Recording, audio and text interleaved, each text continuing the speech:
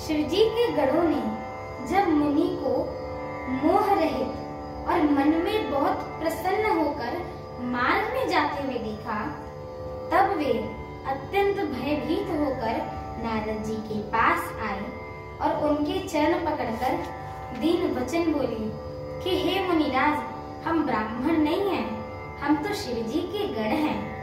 हमने बड़ा अपराध किया है जिसका फल हमने पा लिया है। हे कृपालु, अब शाप दूर करने की कृपा कीजिए। दीनों पर दया करने वाले नारद जी ने कहा कि तुम दोनों जाकर राक्षस हो। तुम्हें महान ऐश्वर्य, तेज और बल की प्राप्ति हो।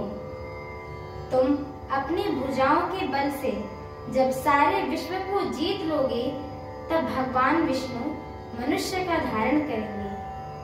युद्ध में श्री हरि के हाथ से तुम्हारी मृत्यु होगी, जिससे तुम मुक्त हो जाओगे और फिर संसार में जन्म नहीं लोगे। वे दोनों मुनि के चरणों में सिर नवाकर चले और समय पाकर राक्षस हुए।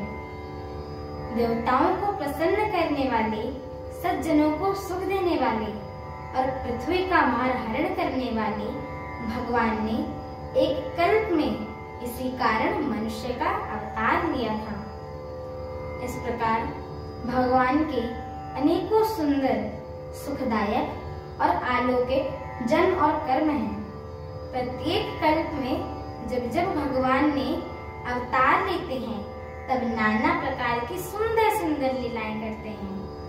तब तब मुनीश्वरों ने परम पवित्र काव्य रचना करके उनकी कथाओं का गान किया है और भांति भांति के अनुपम प्रसंगों का वर्णन भी किया है, जिसको सुनकर समझदार विवेकी लोग आश्चर्य नहीं करते हैं। श्री हरि अनंत है, उनका कोई पार नहीं पा सकता है और उनकी कथा भी अनंत है। सब संत लोग उसे बहुत प्रकार से कहते सुनते हैं। श्री रामचंद्र जी के सुंदर चरित्र करोड़ों कल्पों में भी नहीं गाए जा सकते हैं।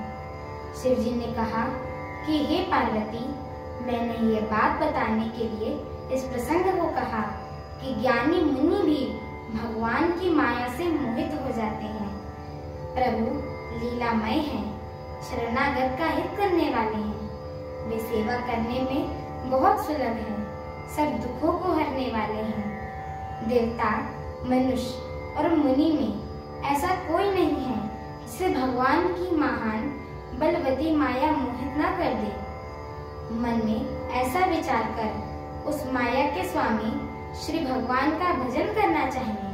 मेरी आगे कथा सुनने के लिए मेरे चैनल को लाइक, शेयर, सब्सक्राइब एवं कमेंट अवश्य करें। बोलिए सियावर रामचंद्र की जय हो, माता जानकी की जय हो, पवन स्तन हनुमान की जय हो, जय श्री राम। जय श्री राम।